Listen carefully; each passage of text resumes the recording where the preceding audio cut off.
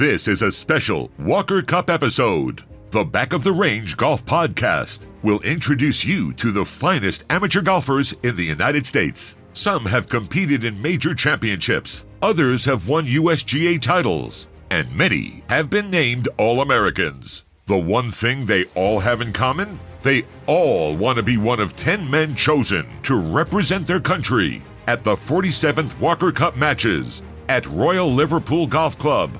This is the Road to Hoylake, presented by AmateurGolf.com. And now your host, Ben Adelberg. Welcome back to the Road to Hoylake, presented by AmateurGolf.com. I'm your host, Ben Adelberg. Glad to see that everyone is getting excited about the Walker Cup that will take place next month. Lots of great feedback from all over the world. Listeners in Canada, Ireland, here in the United States, and yes, we have listeners in Hoylake that are getting prepped for the Walker Cup. It's the week before the U.S. Amateur at Pinehurst, so we're going to get some more episodes out this week, and as I said previously, they're coming fast, so I hope you enjoy them. Once again, this episode features two more amateurs on the shortlist to make the United States Walker Cup team. Casual golf fans are just now learning about Matthew Wolff and Viktor Hovland and their ascension to the PGA Tour from Oklahoma State University. But you're not the casual golf fan. You're listening to a Walker Cup podcast. You know that Hovland and Wolff were the 1-2 punch on the Cowboy juggernaut that won the national championship last year and made a deep run at a repeat this year. While they got a lot of the press, and deservedly so, the rest of the starting five was just as important. Players like Zach Bouchot, Hayden Wood, and the only starter returning to Oklahoma State next year, Austin Eckroat. Austin qualified for the U.S. Open this year at Pebble Beach and has been a consistent performer over the last 2 years and is looking to bring a little bit of Stillwater across the pond. I also had a chance to speak with Stephen Fisk from Georgia Southern. He just wrapped up his collegiate career by finishing runner-up in the stroke play portion of the 2019 NCAA National Championship. Wolff captured the title, but there was Fisk, showing that he belonged in the Walker Cup conversation. He's a first-team All-American, Sun Belt Conference champion, and won 4 consecutive tournaments in the fall of 2018. As the number 9th ranked amateur in the world, don't be surprised if you see him at Hoylake.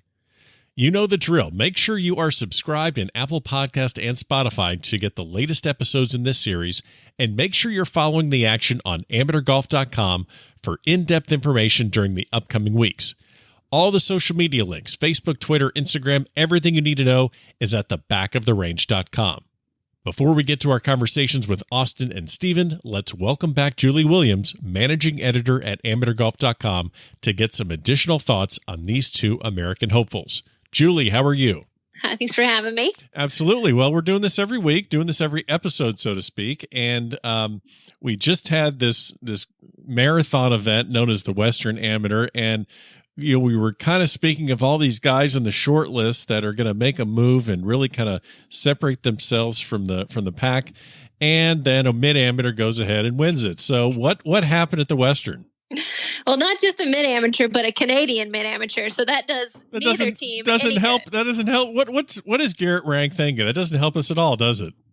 It doesn't. But man, what a cool story. I mean, I'm 32. He's 31. So I mean, I think that's a great story. And in light of Garrett winning, we went and did some research and looked how long it had been since a mid-amateur won some of these major amateur events. So it's a rare thing, but I think it was a cool story. No, absolutely. I little postscript to that is the only U.S. mid-amateur that I ever qualified for was in 2012, Conway Farms. And I do remember, for some reason, I'm on the putting green and I struck up a conversation with none other than Garrett Rank. And we're just talking about, the course and this and that. And clearly that conversation spurred him onto this victory 7 years later. So I'm glad that I could somehow I could help out Garrett Rank. But yeah, it's an awesome story. And hopefully we'll be able to speak with him at some point. But let's actually discuss two more of the guys that are on the short list that are still grinding away, trying to position themselves.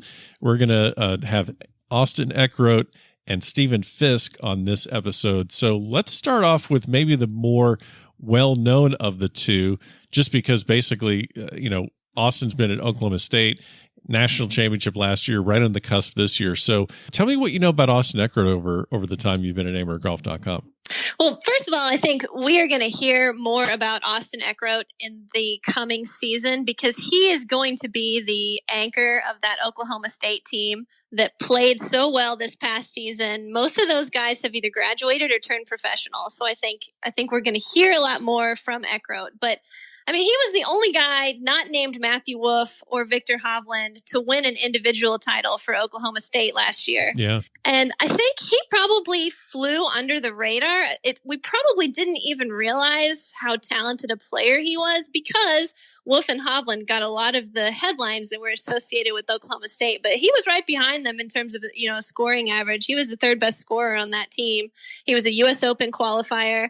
And I would say what's interesting a lot of times to talk with players on any team that's very good, like an Oklahoma State, just the experience of playing with those guys. I mean, just in qualifiers and practice, just going out to Karsten Creek and messing around and hitting shots in the short game area.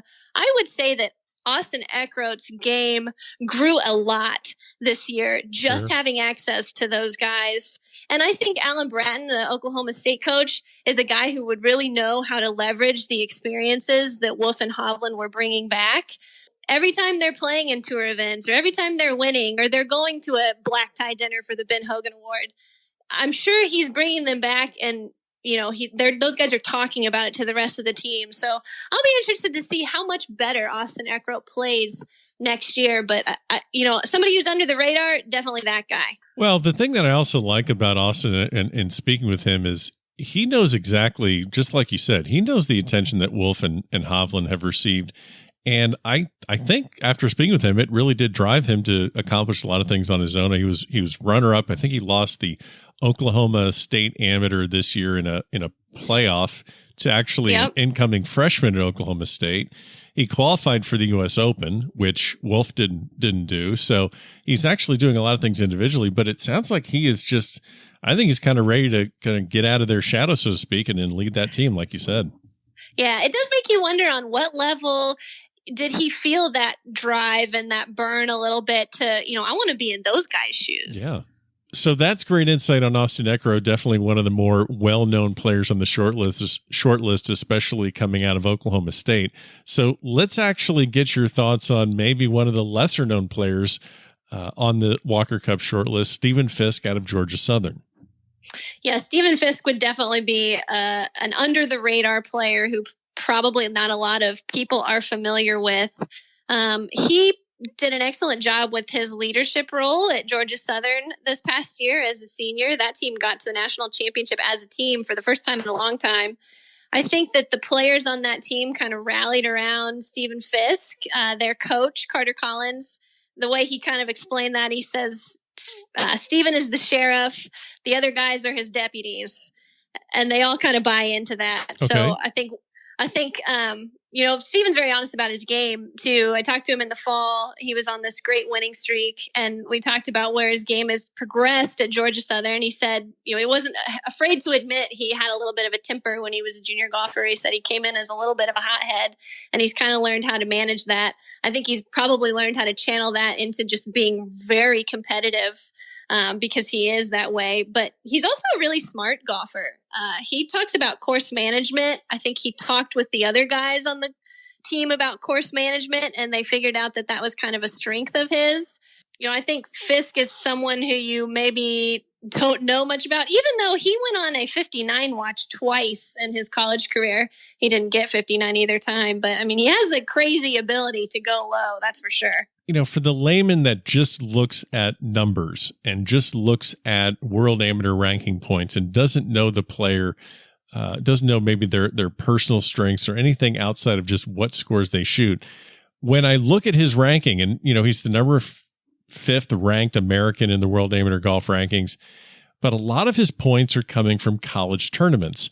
A good finish at the Players this year, but, there's not a lot of, Western Am match play appearances or USAM match play appearances.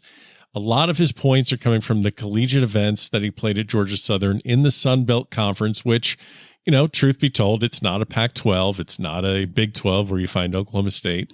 So do you think that will have any bearing on his ability to get selected for this team? You make a really good point there. And if there's something working against him, that's definitely it.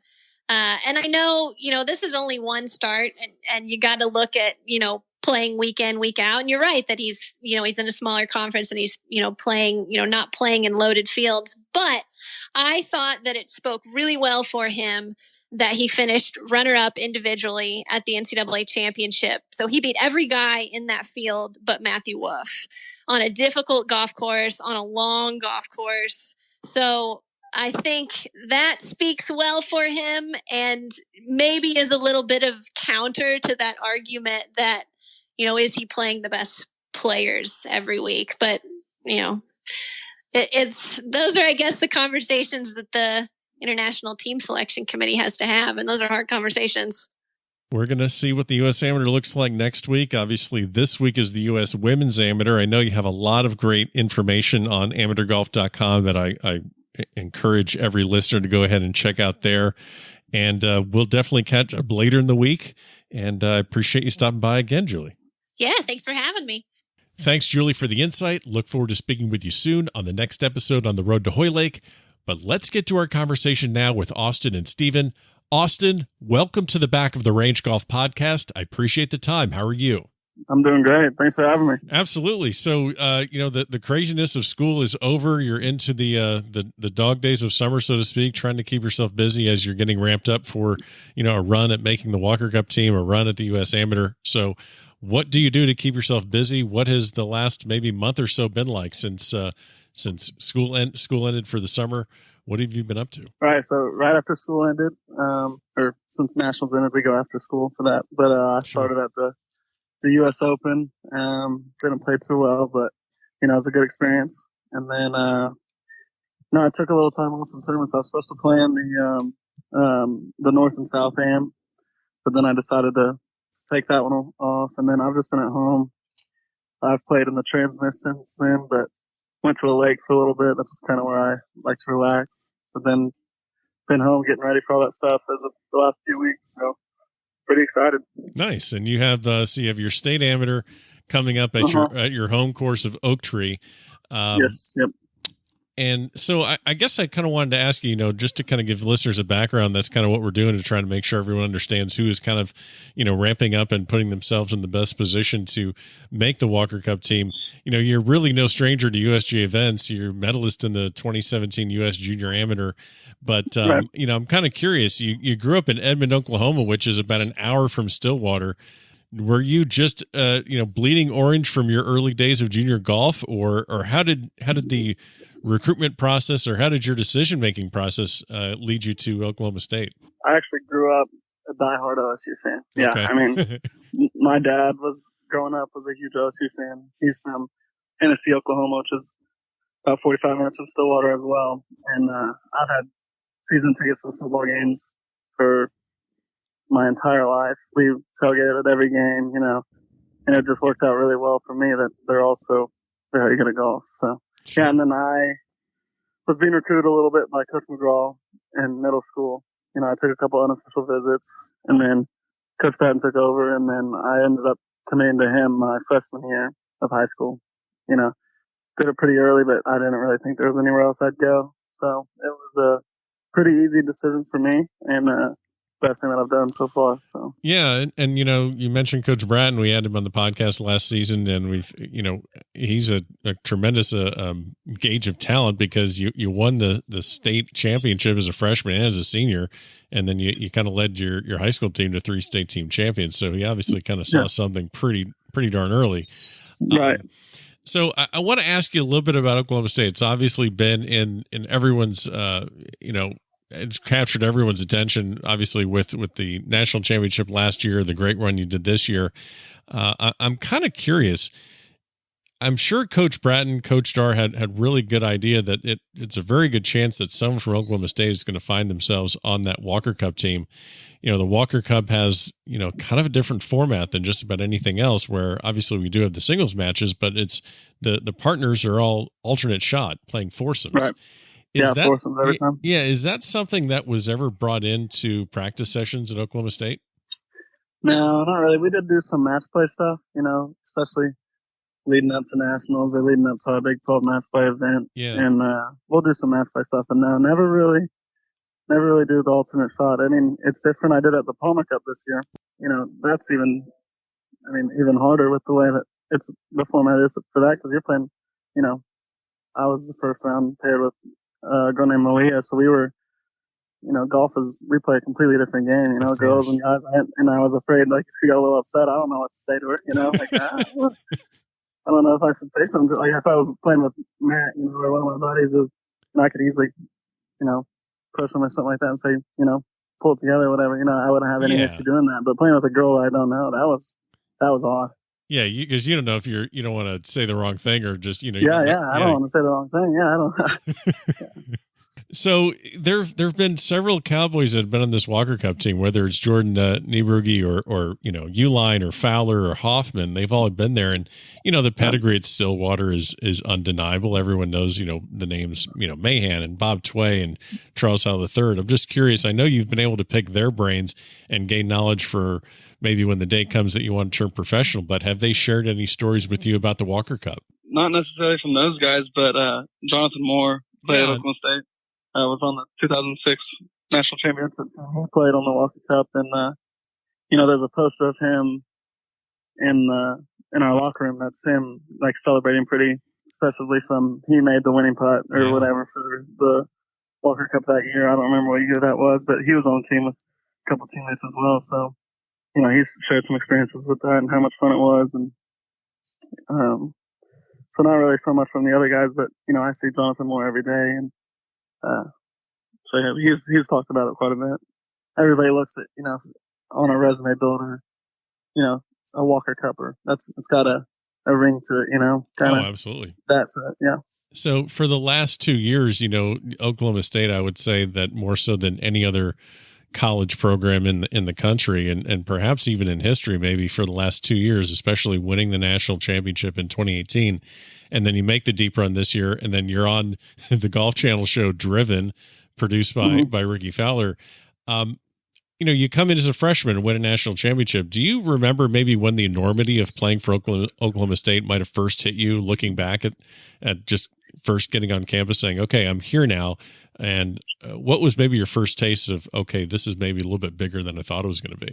Coming into school, I thought I was a hot shot. I was coming in, I'm going to earn this thing. I'll be out here soon or whatever. And, qualify a couple times, like, start missing tournaments. Like, wow, these guys are really good, But eventually, I got in the lineup, and we just kept winning, and it was just like, wow, we're good. And it was just something that kind of, what was crazy to me is, in the way I try to explain it to my friends, is like, the top 5 guys on the PGA Tour, normally they're playing well, but like, all 5 of them don't play all that great every tournament. It was like, it seemed like every tournament we played, we had 4 or 5 guys that finished really high, and it was, for over 2 years, that was really cool to experience. And, next year's going to be a different, it could be the same thing, but it's obviously, we're going to have to work a lot harder and, kind of be an underdog, but, I still think we'll be pretty good. Oh, absolutely. Well, I mean, you're referencing the fact that Matthew Wolff and Viktor Hovland have gone on to the pro ranks, and they're going to be household names if they aren't already household names on the PGA Tour. They rightfully so have, garnered all that attention. And, I guess for someone that's out on the outside looking in, they could think, well, okay, you guys just leaned on those two to carry you through. But, in college golf, it's 5 players and 4 scores counting in stroke play. And then even in match play, you need 3 out of 5 to win. And I guess the reason I kind of wanted to bring that up is because, no matter how dominant they were, you still needed the rest of the team to perform so you can, win tournaments and win matches. And I guess the same thing could be said in the Palmer Cup or even in a Walker Cup.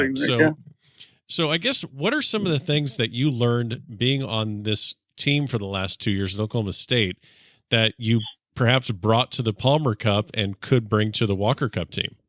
I think you learn a lot.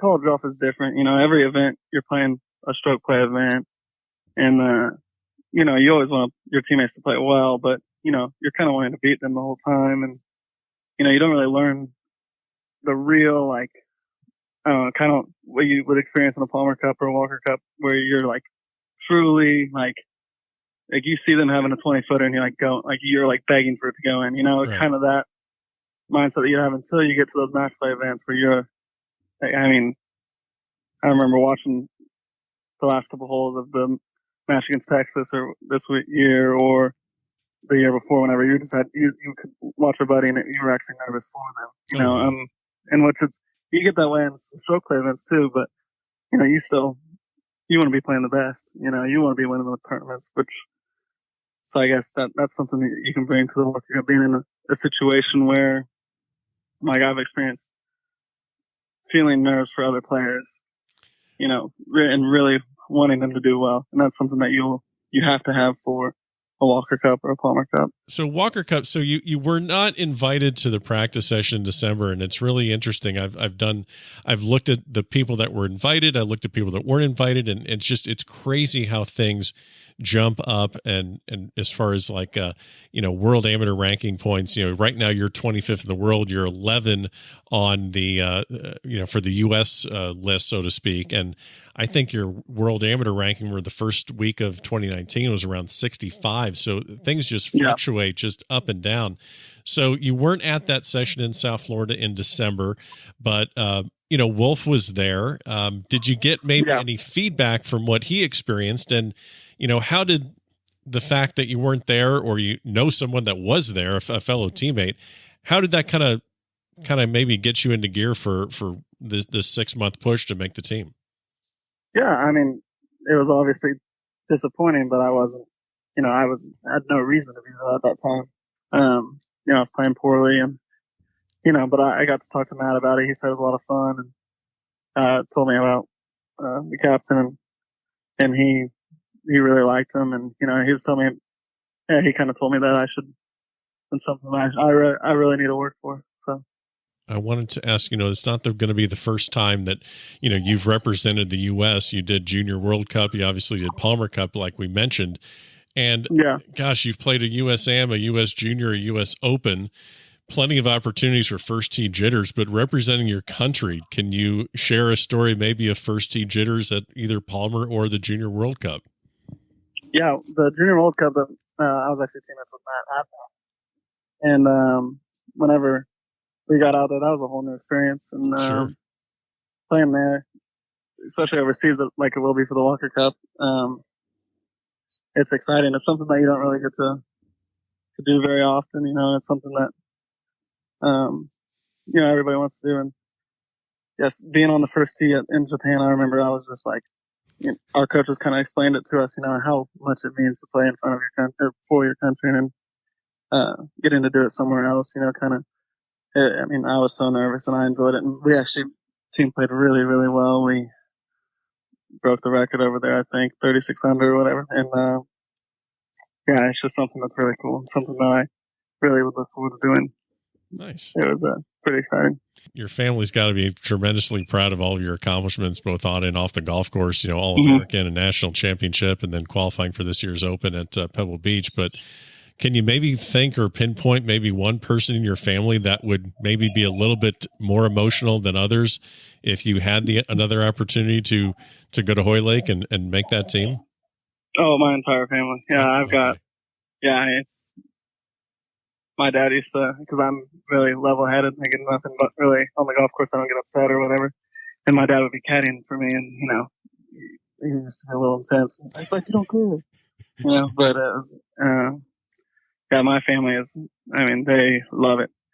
And I think my entire extended family would be there too. So. Oh, that's great. Yeah. I have a really good, family support behind me, and it's pretty awesome. So you have, you've played the Trans-Miss, you didn't do North-South. You have, just a couple more tournaments, obviously the U.S. Amateurs coming up. Western Amateur as well. It's interesting. Some are taking different strategies. Some are not playing it to stay fresh for the U.S. Am. Some are kind of maybe backloading their schedule to kind of ramp up for everything. So do you take any sort of a specific strategy, or do you just kind of go with how you feel? Because you're pretty much You're obviously, you're looking at the numbers, where you sit. You're not, exactly. Yeah. So you're not in the top 3, but you're also not way outside looking in. I mean, it's right there for you. Yeah. So do you, is that your strategy based on the courses? Is Pinehurst something that sets up well for you, or how do you kind of look at the next 2 months and how have you put it together? Well, I really don't like to play the game on rankings. It's not something I've never really paid that close of attention to. I kind of just want to play when I want to play, right. But this year I kind of have a little bit, nothing too extreme, but I have decided, play the big ones, play where I feel comfortable and give myself the best chance I can. You have to play the Western and you have to play the USM. So those are events that, you can't skip out on. And I love playing golf, and I guess it's Michigan this year, but, this time of year going up there is nice. And, the US Amateur is something that, everybody looks forward to either way. It doesn't matter if you're playing for a Walker Cup or not. Sure. And, my state amateurs, luckily if I do well, it won't affect me on the rankings. So it's something these are the events that I like to play. Yeah, absolutely. When you got something like that, I keep thinking back to the fact that the winner of this year's U.S. Amateur has guaranteed tee times at the Masters next year with Tiger Woods. So, yeah, as soon as I saw that, I'm thinking, oh my gosh, because I spoke with Viktor and I spoke with Devin Bling after the fact, and I was just thinking to myself, man, there's going to be 2 guys just like that this August that are going to be standing on that championship tee. They know they're in the Masters, both of them. So I've always thought that the semifinal match of the U.S. Amateur, that has got to be. I mean, that has got to be the worst. Oh yeah, that's got to be. I haven't had the opportunity to experience it yet, but hopefully, if I do, it'll. Well, I bet it won't let us down. I think it'll be pretty nerve-wracking. Yeah, forget this conversation. Don't damn it, Ben just totally talked me into this thing. Yeah. Yeah, don't think about that. So Links Golf, obviously the Walker Cup is over at Hoylake at Royal Liverpool. Tons of history at Royal Liverpool. The match that basically birthed the Walker Cup was there. Have you played much links golf? What's been your experience? No. I've never, I mean, I guess I've played like links golf in America, but that's not really, I've never been overseas to play in, the European style of links course or anything. No, it's gotta be pretty similar, hit good shots to make it score. It'll be different. I hope I get the chance to play there. Well, Austin, I really appreciate you taking the time. I know it's a really, busy and crazy part of the summer where you're kind of ramping up for all these great things with the Western and the USAM, and then obviously the chance to represent the U.S. So I'm glad you could take the time to do this. Best of luck in the rest of the summer, and hopefully we'll see you in Hoylake. Yeah, thank you so much. Thanks, Austin. Good luck to you at the USAM at Pinehurst and next season at Oklahoma State. Our next guest will be at the USAM as well. Let's welcome in the first-team All-American from Georgia Southern, Stephen Fisk. Stephen, how are you? Good. Thanks for having me on. Absolutely. Well, we're trying to highlight a lot of the guys that are on the short list here for the Walker Cup, what they're doing this summer, what they've done for the past several years to put themselves in a position to be at this spot. You're currently ranked, 8th in the world. You're right around 5'6", U.S. ranked amateur in the United States.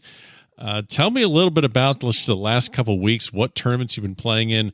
How's your summer gone since NCAA's ended? I played what was still a web.com event. Sure.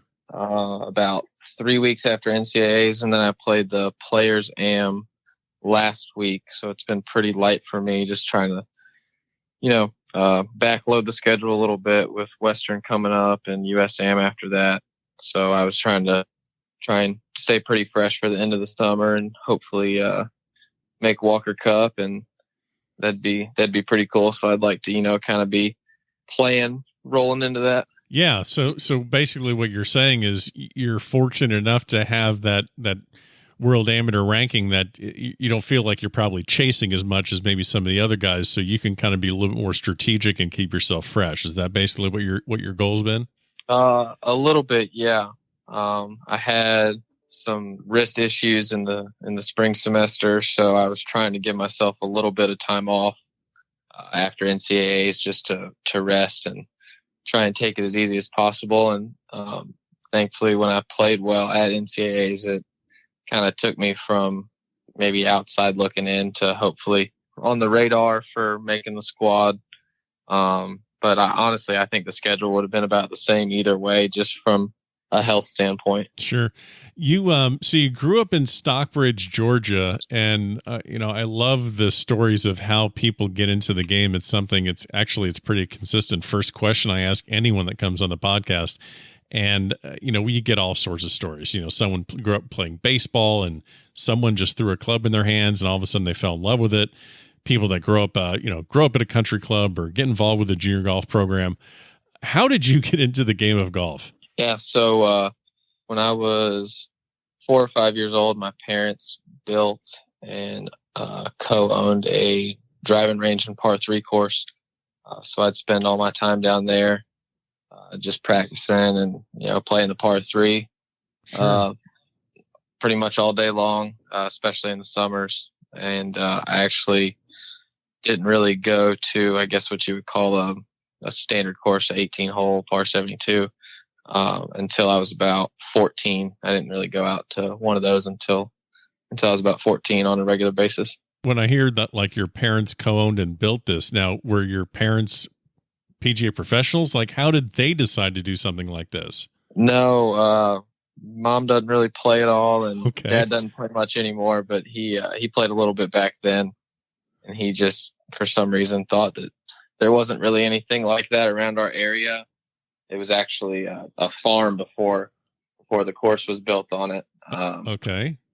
And they got together with the family that owned the farmland, and that guy happened to be a little bit of a golfer too. And they just thought that it was a good business decision to try and open something like that up, and it did really, really well for a long time. That's great, and it's called Rum Creek, isn't it? Yeah, Rum Creek Golf Course and Driving Range. That's awesome. So this is kind of like a tin cup kind of story where you're just hanging there and, everyone knows you as the owner's kid. So everyone's kind of looking out for you and you're just spending time chipping and putting and playing on the par 3 all the time. Yeah. I don't remember a whole lot about it when I was young, but some people come in, almost probably 15 years later now, and they'll ask about, hey, how's the kid doing that was down here all the time? And I'd challenge them to like closest to the pin contest on the driving range, or asking if they wanted to go play, and probably run my mouth a little bit. But there you go. Yeah, every once in a while somebody will come back in, and my mom or my dad will be there, and they'll be like, oh yeah, I'm his mom or I'm his dad, and he's at Georgia Southern now. Well, not anymore, but he's played at Georgia Southern, and he's been down there for however long. So it's pretty cool. Nice. So you mentioned Georgia Southern, and Georgia Southern basically finished the year ranked, about 52 in the nation. You had that great runner-up finish as an individual to eventual winner Matthew Wolff.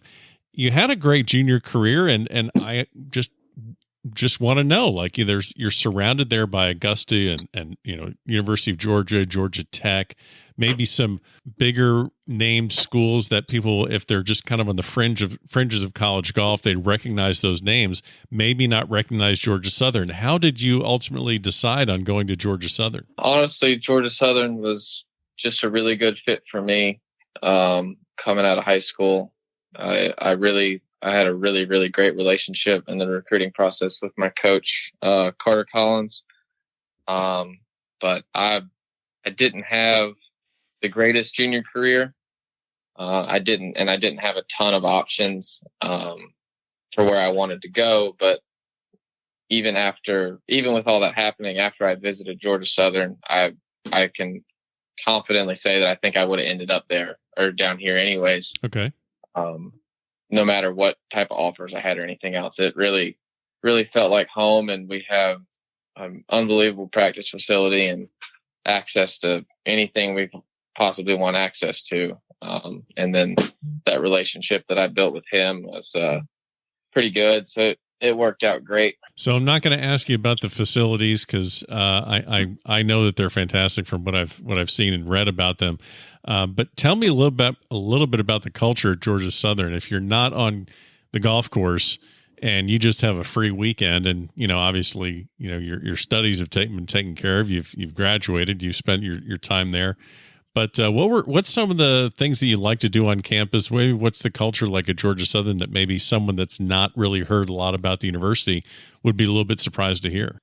I don't know. I guess everything just moves a little bit slower down here. Okay. There's not too much going on. I think the schools on the student population's about almost as big as the actual population of Statesboro. I don't know, man. There's not a whole lot that goes on. Everybody just kind of hangs out, does whatever. Nice. All right. So let me ask you a couple questions. We mentioned Walker Cup. It is definitely coming up at Royal Liverpool over at Hoylake. When did Walker Cup kind of first get on your radar as something that is a potential, something that maybe you're going to be going for? I mean, it's always something that you're aware of. Walker Right. Cup's, it's a really big deal. But honestly, after my junior year of college, I wasn't really on their radar probably. And to be honest with you, I didn't give it a whole lot of thought until probably after my fall semester of senior year. Because you had four consecutive wins in your fall season. So that's probably the big catalyst that got you on everyone's radar.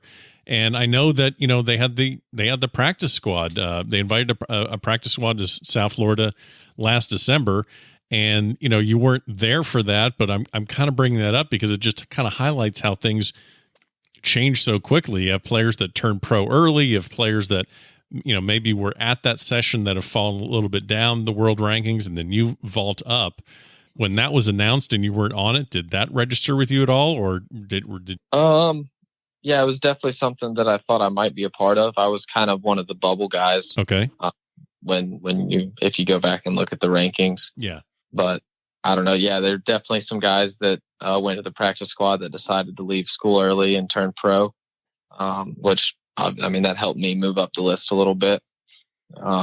Wasn't a huge deal. I know that the practice squad, thankfully for me, isn't the team itself. Right. I'd rather make it on the team than on the practice squad. And I'm hoping that I'm able to continue to keep myself in the position I'm at, or even improve that over the next couple weeks, and really solidify my spot on that team. It's a really big deal, and I'm lucky enough to help put myself in a position where I do feel like I mean, obviously the committee can do whatever they'd like to do, but I feel like with where I'm at right now, I feel like I control my own fate just a little bit, with a couple good finishes in the next few weeks. But, yeah, I'm looking forward to trying to compete, the next few weeks and, earn my spot on that team. Well, it's pretty damn impressive what you've been able to do. Basically the first week of this year in January, you're ranked 39th, in the world, and you were the 17th ranked American. And, as of this week, I mean, we're basically a month out from the USAM. We're in the middle of July, and you're 6 of the US, ranked number 6 with the US guys. So it's just been an incredible jump up that you've done with the last 6 months, basically. The thing that I kind of wanted to ask you about also, just with the Walker Cup, the last thing that you're kind of gearing towards before the team is announced is the U.S. Amateur. I know it's going to be at Pinehurst this year. I think everyone knows that, and people are going to be watching it. What are kind of your thoughts going into the U.S. Amateur? As for preparation for USAM, I try and keep everything pretty standard no matter what tournament it is. I'm just trying to get my body as ready as it can be to play the best I can play that week. Work a lot on short game, and work a lot on putting, and just try and be, sharp around the greens. Cause I know that at some point there's probably going to be a day that maybe I don't hit it so good, and I'm going to need that aspect of my game to, either keep me in stroke play or, maybe try and stay in a match if I'm lucky enough to make match play. So that's that's kind of where I'm at for it. Very cool. After looking at video and seeing highlights of your game and your swing, perhaps your swing isn't the most unorthodox. And I found it a little bit interesting how you finished runner-up to the guy that has a very unorthodox swing in Matthew Wolff, where to the point where it's like the it thing on Instagram or on social media for people to impersonate it. And I kind of found it interesting how you two finished 1-2 in that. I instead of asking, maybe who your instructor is or how your swing evolved, when do you think you truly took ownership of your swing and said, look, I don't care what people think about it. I don't care about maybe it doesn't look like this guy's swing or this person's swing. Have you kind of always had a sense of ownership of your swing? I've never actually worked with anybody on my swing. Okay. Never had a swing coach or anything like that. I've obviously had, friends or a random instructor or my coach just, look at something every once in a while, but never, set of eyes is always never a real formal lesson of any kind.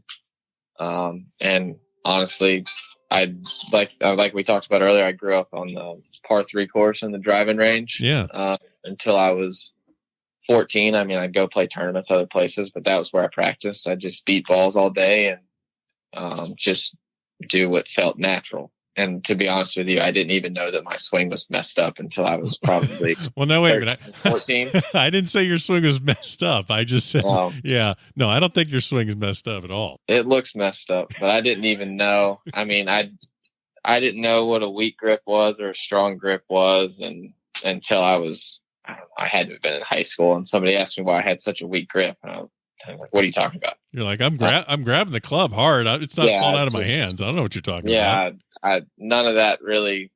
I never really learned any of that. I always just, hit balls and tried to, create shots and just do, like I said, do what felt natural. So that was it for me. I mean, I'm not going to try and swing like anybody else. I'm just going to try and hit the golf ball the way I know how to. So I think for a perspective, like trying to say that I take ownership of it, I mean, there's nothing else I can do with it except, let everybody make fun of it every once in a while and try and swing with a strong grip every once in a while if we're messing around at our practice facility. Which one of your teammates has the best Stephen Fisk swing impersonation? Oh man. Now, are you saying that, are you trying to rack your brain to find out one person that has it, or are you trying to decide which one of the many people have it? Man, I don't know if anybody has it. I mean, they've definitely tried. It's funny. Like if they try and grip it like I do and try and swing it like I do, they'll hit it 120 degrees right or something. And then if I try and, have a strong grip, and don't compensate, if I just make my regular swing with a strong grip, I mean, I can't get a driver airborne. Right. It goes 40 yards straight left into the ground. So that's pretty interesting. We've definitely spent a little bit of time on the driving range working that out. Congrats on all your success at Georgia Southern, and congrats on runner up at NCAAs. I know you got a great summer ahead of you. Obviously, be looking when the full team gets announced. I know, as you said, you weren't on the practice team, and that wasn't your goal. Your goal is to be on the USA team. So congrats on everything, and hopefully we'll catch up later this summer. Yeah, thanks, Ben. Thanks for taking the time to talk to me and, shed a little bit of light on all the amateur guys that are trying to make that team. It's a pretty special process, and hopefully everybody that you get a chance to talk to has a good shot at making it. Hopefully we all get out to England together and tear it up. And there you have it. Special thanks to Austin Eckroat, Stephen Fisk, and as always, Julie Williams from AmateurGolf.com. We'll see you next time on the Road to Hoylake, here at the back of the range.